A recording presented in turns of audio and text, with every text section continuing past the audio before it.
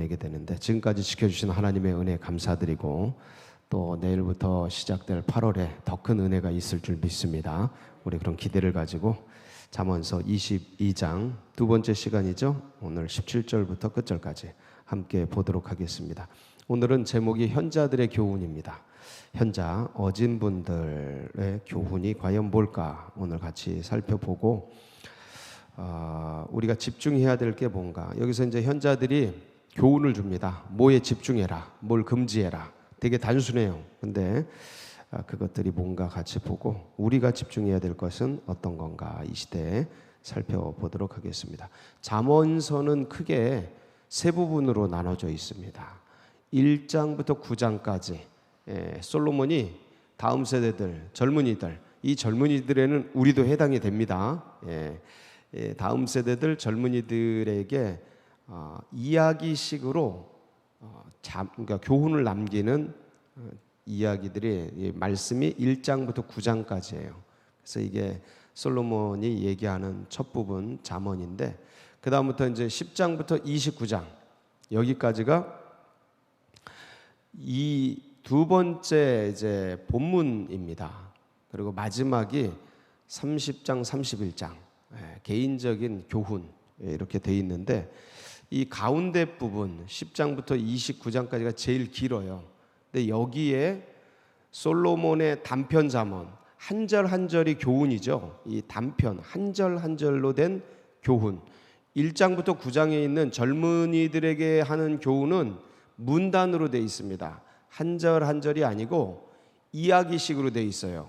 그래서 마치 짧은 동화같이 짧은 이야기처럼 문단으로 구성되어 있는데, 지금 10장부터 29장에 있는 솔로몬의 단편은 짧은 한 절 한 절로 이제 한두 절로 되어 있는데, 그게 오늘 우리가 어제 보았던 22장 16절까지 솔로몬이 375개의 단편으로 교훈을 준 것, 이게 이제 가운데 부분 중에서 제1잠언이라고 합니다. 제1잠언. 왜냐하면 이 가운데 부분에 솔로몬의 잠언이 두 개 들어가 있어요. 단편 잠언이.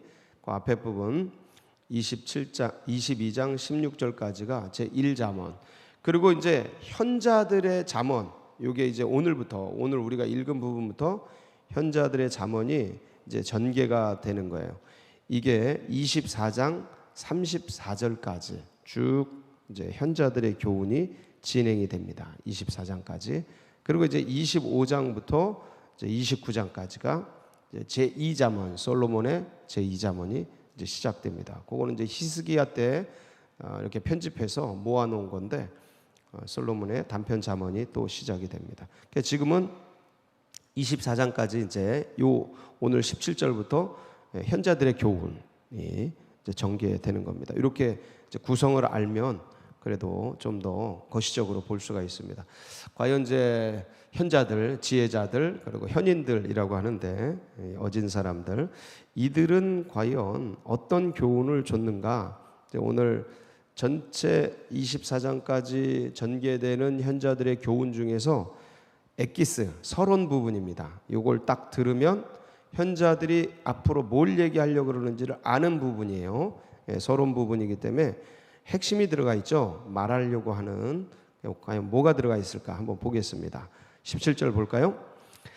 너는 귀를 기울여 지혜 있는 자의 말씀을 들으며 내 지식에 마음을 둘지어다. 너는 귀를 기울여, 누구의 말씀을 들으라는 거예요? 지혜 있는 자의 말씀. 이게 이제 현자들입니다. 현자들의 말을 들어라. 지식의 마음을 두라. 그리고 18절, 이것을 내 속에 보존하며, 그러니까 현자들의 말씀, 그 지식을 마음에 보존하며 내 입술 위에 함께 있게 함이 아름다우니라. 그것들이 입으로 계속 나오도록 연마해라, 이런 거죠. 그러니까 뭐 어떤 거냐? 그럼 19절, 내가 네게 여호와를 의뢰하게 하려 하여. 이들이 이런 얘기를 하려고 하는 게 뭐예요? 이유가 뭐예요? 목적이 뭐예요? 여호와를 의뢰하게, 의지하게, 여호와께 의존되도록, 여호와께 의탁되게, 이 소리죠. 주님을 붙들고 살도록, 이 소리입니다. 이것을 오늘 특별히 내게 알게 하였노니. 그러니까 지혜자들, 이 현자들의 얘기의 최종 목적은 이제 여러 가지 얘기를 할 겁니다. 근데 그 얘기를 하려는 목적은 여호와를 의뢰하도록, 여호와를 붙들도록, 여호와를 이렇게 의지하며 살도록 하는 겁니다. 20절, 내가 모략과 지식의 아름다운 것을 너를 위해 기록하여. 이제 모략, 기획력, 지혜, 행정력, 여러 지식, 이 세상의 철학, 이런 것들, 그것들을 뚫어볼 수 있는 어떤 관, 이런 것들을 얘기할 건데, 아름다운 것을 너를 위해 이제 기록해 둘 건데, 그 이제 또 다른 이제 이야기가 21절이죠. 네가 진리의 확실한 말씀을 깨닫게 되며 또 너를 보내는 자에게 진리의 말씀으로 회답하게 하려 함이 아니냐. 뭘 깨닫게 하려는 거예요? 진리의 확실한 말씀을 깨닫게. 그리고 너에게 보내는 자에게 뭘 회답하도록? 진리의 말씀으로 회답하도록. 그러니까 여호와를 의뢰하게 하려는데, 여호와를 알고 여호와를 의지하고 살게 하려 하니까 뭐를 깨닫게 하려는 거예요? 말씀. 예, 말씀을 깨닫게 하고, 말씀을 가슴에 넣게 하고, 말씀으로 주님을 바라보도록 하기 위해서. 그래서 너희들 뭐에 집중해라? 말씀에 집중해라, 이 얘기입니다. 어렵지 않죠? 예. 그 다음부터, 근데 말씀에 집중하게 하는데 방해하는 것들이 있다. 이 현자들이 얘기하는, 여기는 이제 4가지 금지사항입니다. 그게 28절까지 쭉 돼요. 한번 볼까요? 뭘 금지시키나?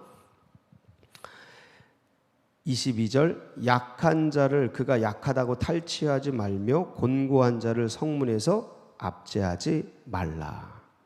예, 약자를 괴롭히지 말아라. 약자를 억압하지 말아라. 탈취하지 말아라. 압제하지 말아라. 예. 대저 여호와께서 신원하여 주시고, 여호와께서 듣고 계시다. 그 약자들의 말을, 그 억울함을, 그거를 주님이 보고 계시다. 또 그를 노략하는 자의 생명을 빼앗으시리라. 그들을 괴롭히고 그들 걸 빼앗는 자의 생명을 없애신다. 조심해라. 그런 말씀이죠. 그러니까 다른 말로 말하면 탈취, 압제 금지인데, 거꾸로 이웃을 잘 배려하고 약자들을 도우며 살라라는 당부죠. 어쨌든 약자 괴롭히는 거 금지, 이게 첫 번째입니다. 이웃의 소외된 자, 약자들 탈취, 억압 금지가 첫 번째. 두 번째는 24절, 노를 품는 자와 사귀지 말며 울분한 자와 동행하지 말지니. 예, 노를 품은 자, 분노하는 자, 울분하는 자, 감정이 격한 자죠. 감정이 격한 자 하고 뭐 하지 말라는 거예요? 동행하지 마라, 교제하지 말아라, 사귀지 말아라, 이런 내용입니다. 너무 가까이 두지 말아라, 이런 거예요. 25, 그의 행위를 본받아 내 영혼을 올무에 빠뜨릴까 두려. 그 영향력이 너에게 와서 너도 그렇게 될까, 너도 인생의 올무에 빠질까 두렵다. 그러니까 그렇게 하지 말아라. 교제를 금지하는 건데, 여러분들도 이건 우리가 이제 잘 새겨 들어야 될 부분이에요. 감정에 막 춤추는 사람들은 그게 이제 분노든지 우울증이든지 아니면 뭐든지 이게 같이 있으면 영향을 받습니다. 영향을 받으면 이게 닮아갑니다. 부부 닮아간다 그러잖아요. 가까이 사귀고 가까이 두면 닮아갑니다. 어느덧. 그래서 가능하면 안정되고 좋은 분들 교제하고 그러기를 바랍니다. 주변에 이제 그런 분들, 신앙이 깊고 믿음에 딱 굳건하게 서고 안정되어 있는 분들, 그런 분들이 좋죠. 자연스럽습니다. 26절 또 뭘 금지해야 됩니까? 너는 사람과 더불어 손을 잡지 말며 남의 빚에 보증을 서지 말라. 예. 이게 보면 26절에 너는 사람과 어떤 사람과 더불어 손을 잡지 말라고 권할까요? 예, 생략된 게 있죠. 악한 사람, 악한 사람 손을 잡지 말고 남의 빚에 보증을 서지 말아라. 예, 그런 거죠. 예, 그러면 안 되죠. 계속 여기는 얘기해 왔습니다. 보증 서지 말아라. 악한 자와 손을 잡고 일을 하지 말아라. 27절 만일 갚을 것이 내게 없으면 내 누운 침상도 빼앗길 것이라 내가 어찌 그리하겠느냐. 보증 서면 망한다 이런 소리입니다. 네. 예.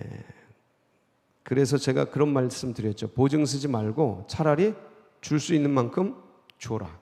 예. 그리고 그 나머지 것들은 이제 못한다고 말을 해야죠. 아무리 좋은 거라도 이렇게 보증 쓰면 그게 이제 나중에 관계가 다 틀어집니다. 굉장히 어렵습니다. 돈으로 이해관계가 얽히면, 특히 성도 간에 돈으로 이해관계가 얽히면 교회에 엄청난 피해를 줍니다. 그분들이 다 떠나고 그리고 안 좋은 이미지가 남고 그리고 떠나서도 평생을 두고두고 얘기를 해요. 그래서 그 악 영향이 굉장히 깊어요. 그래서 차라리 이렇게 어려움은 좀 드리세요. 그냥 받을 생각 말고 드리시고 작더라도 보증 쓰지 마세요. 보증 쓰면 굉장히 위험합니다. 저희 집이 그거로 망해 본 적이 있어서 제가 드리는 말씀입니다. 뭐 주변에서 수없이 듣잖아요. 사기당하는 거. 보증 서서 대부분 그렇습니다. 쓰지 마세요. 27절. 그러면 침상도 빼앗긴다.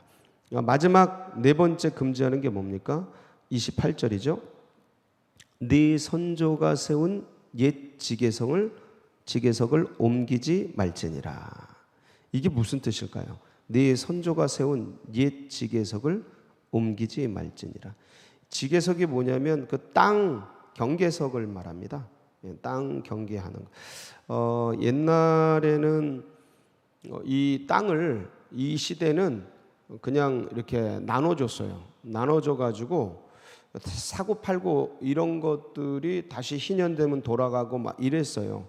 근데 이 지계석을 옮기는 건 뭐냐면 아예 땅을 그냥 영원히 딴 곳으로 딴 사람에게로 넘기는 거예요. 이거는 옛 선조로부터 받았던 이 땅을 가난으로 인해서 파는 행위예요. 근데 이 파는 게 그냥 다 잃어버리는, 사라지는 그런 행위인데, 이거는 마지막 가난한 자가 겉옷을 팔듯이 마지막에 조상으로부터 받은 땅을 팔 만큼 어려운 공공한 생활을 얘기해요.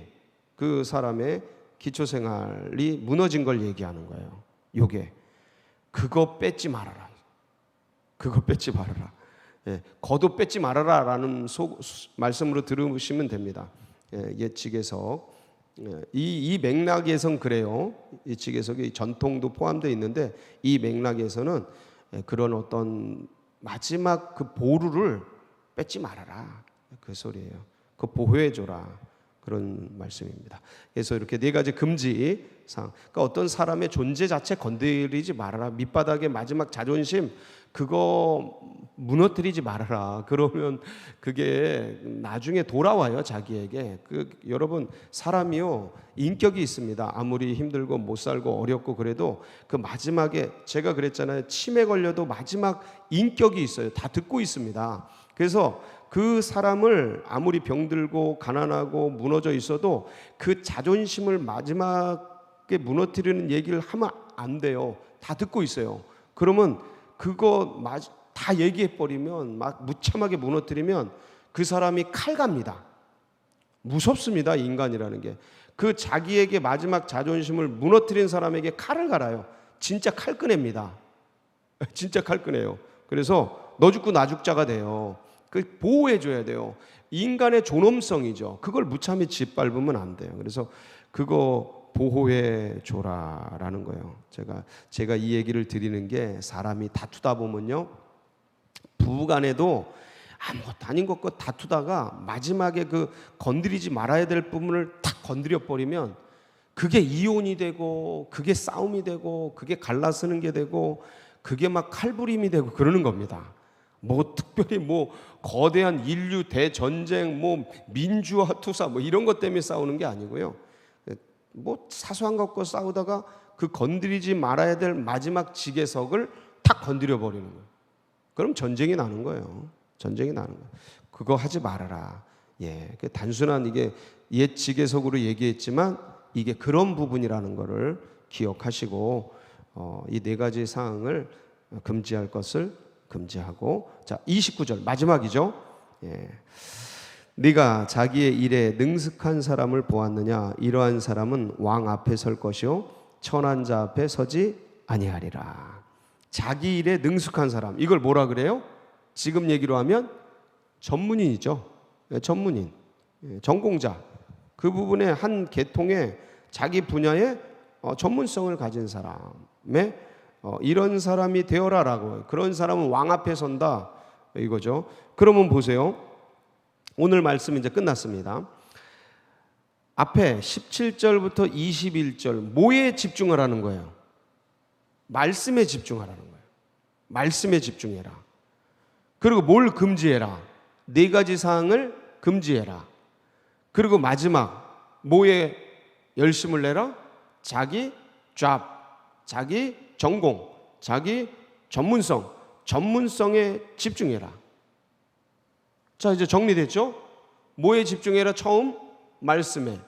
그리고 네 가지 금지를 해라. 사회생활하면서 뭐에 집중해라? 전문성. 그러니까 이게 똑같은 말이에요. 옛날부터 우리 청교도들도 그런 얘기를 했는데, 한 손에는 성경을, 한 손에는 책, 뭐 신문 이런 걸. 이게 뭐냐? 하나의 영성, 하나는 전문성. 이 사회성이거든요. 사회적 전문성. 그러니까 그 하나의 영성, 말씀에 집중하고 네 가지 사회생활 속에서 금지해야 될 것들, 그 다음에 사회 속에서 집중해야 될 것들, 전문성. 요건 지금도 똑같죠. 예. 여러분, 영성에 집중해야 되는 건, 하나 예수 그리스도의 말씀에 집중해야 되는 거, 성경에 집중해야 되는 건 왜 그래요? 이걸 위해 우리가 사니까. 우리는 사람이 떡으로 사는 것이 아니고 하나님의 입에서 나오는 말씀으로 사니까. 여기에 우리의 모든 게 들어가 있으니까 우선순위가 여기에요. 예, 이게 우선순위고, 그리고 이제 이 세상을 살아가면서 건드리지 말아야 될 부분들이 있어요. 그런 부분들을 조심하면서 이 사회적으로 우리가 익혀야 될 것들, 그 전문성을 익히는 것이죠. 이렇게 해서 이렇게 살아가면 굉장히 균형 있게 이제 살아갈 수 있습니다. 그래서 여러분 모두가 말씀에 집중하고 또 전문성을 갖추고 금지해야 될 것들 금지하는 그런 삶이 되길 바랍니다. 그렇다면 바울은 이제 현자들의 교훈인 바, 바울은 뭐에 집중하라고 얘기했을까? 바울의 마지막 유언서가 디모데 전후서입니다. 기억나세요? 디모데 전후서. 죽기 전에 쓴 거예요. 자, 그런데 디모데 전서에서 디모데에게, 사랑하는 아들 디모데에게, 영적인 아들이죠, 당부한 게 뭐냐? 디모데 전서 4장 13절이에요. 한번 볼까요? 시작. 내가 이를 때까지 읽는 것과 권하는 것과 가르치는 것에 전념하라. 뭐를? 말씀입니다. 디모데 후서 3장 15절 17절 한번 볼까요? 시작.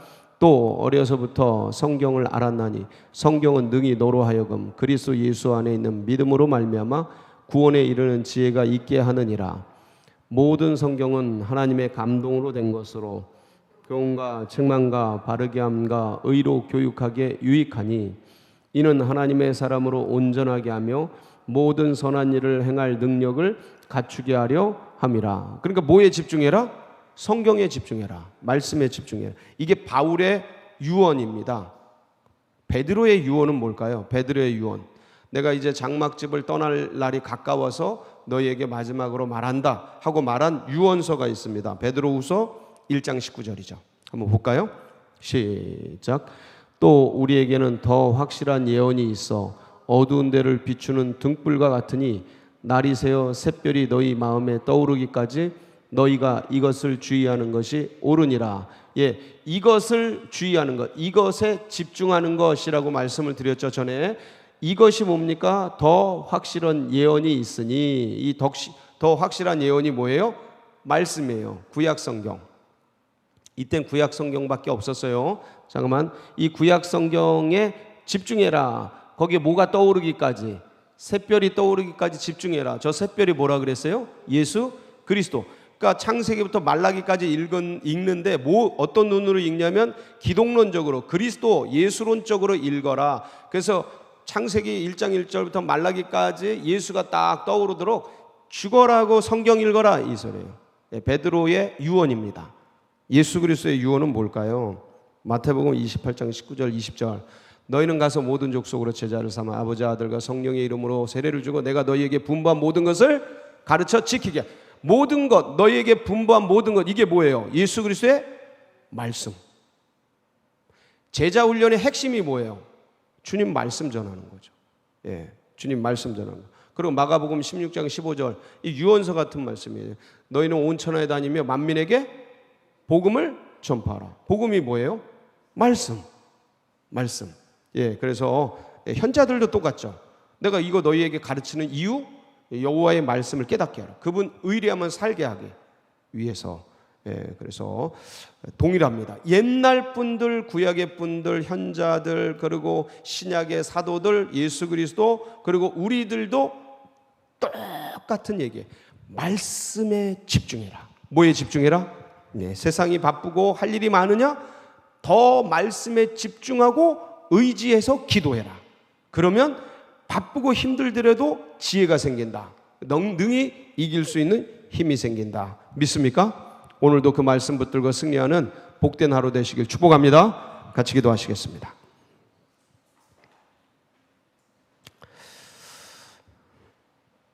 결론이 다 비슷합니다. 근데 다양한 사람들이 다양한 얘기를 하는데 결론이 다 비슷해요. 그래서 우리가 이 말씀을 아주 경외하면서 존중히 여기면서 떨면서 한 절 한 절 한 단어 한 단어, 저는 조사, 이 단어에 붙어있는 조사, 이런 것들의 의미가 뭔지에 대해서 하나하나 엄위하게 보고 있어요.